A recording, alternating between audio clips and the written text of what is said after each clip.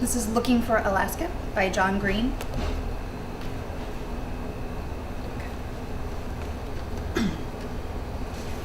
I thought at first that she was just dead, just darkness, just a body being eaten by bugs. I thought about her a lot like that, as something's meal. What was her? Her green eyes, half a smirk, the soft curves of her legs, would soon be nothing, just the bones I never saw.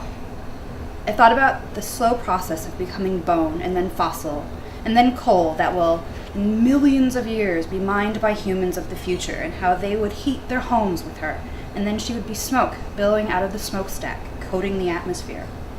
I still think that, sometimes, think that maybe the afterlife is just something we made up to ease the pain of loss, to make our time in the labyrinth bearable.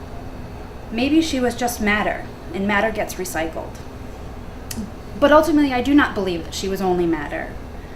The rest of her must be recycled too. I believe now that we are greater than the sum of our parts.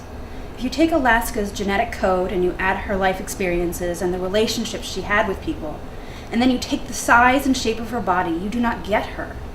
There is something else entirely. There is a part of her greater than the sum of her knowable parts, and that part has to go somewhere because it cannot be destroyed. Although no one will ever accuse me of being much of a science student, one thing I learned from science classes is that energy is never created and never destroyed. And if Alaska took her own life, that is the hope I wish I could have given her. Forgetting her mother, failing her mother, and her friends, and herself, those are awful things. But she did not need to fold into herself and self-destruct. Those awful things are survivable because we are as indestructible as we believe ourselves to be. When adults say, teenagers think they are invincible, with that sly, stupid smile on their faces, they don't know how right they are. We need never be hopeless because we can never be irreparably broken. We think that we are invincible because we are. We cannot be born and we cannot die. Like all energy, we can only change shapes and sizes and manifestations.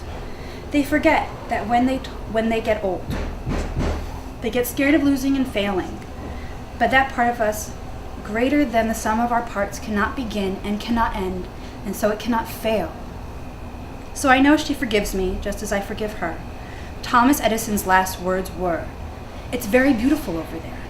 I don't know where there is, but I believe it's somewhere, and I hope it's beautiful. So, Looking for Alaska is one of the more contemporary banned books, particularly for high school students. It's sexy, it's dangerous, there's drinking, there's drugs, there's smoking, there's everything we don't want kids to do. And you'll find that a lot in young adult literature. But if they don't read it, they find it somewhere else. And if they don't feel the things that these characters are feeling, then they're not kids, then they're not experiencing things. And we can't deny that kids are experiencing these things, particularly teenagers who are just full of emotion all the time. And authors like John Green, particularly with Looking for Alaska, which is so wonderful and has a huge following, they don't read these words and they don't see that there's an answer to the pain that sometimes they feel, or if they don't have examples of how things get better, a little hope is lost, I believe, for them.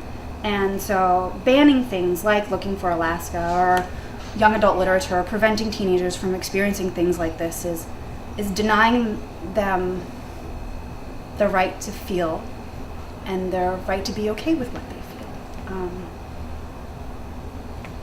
Looking for Alaska, John Green.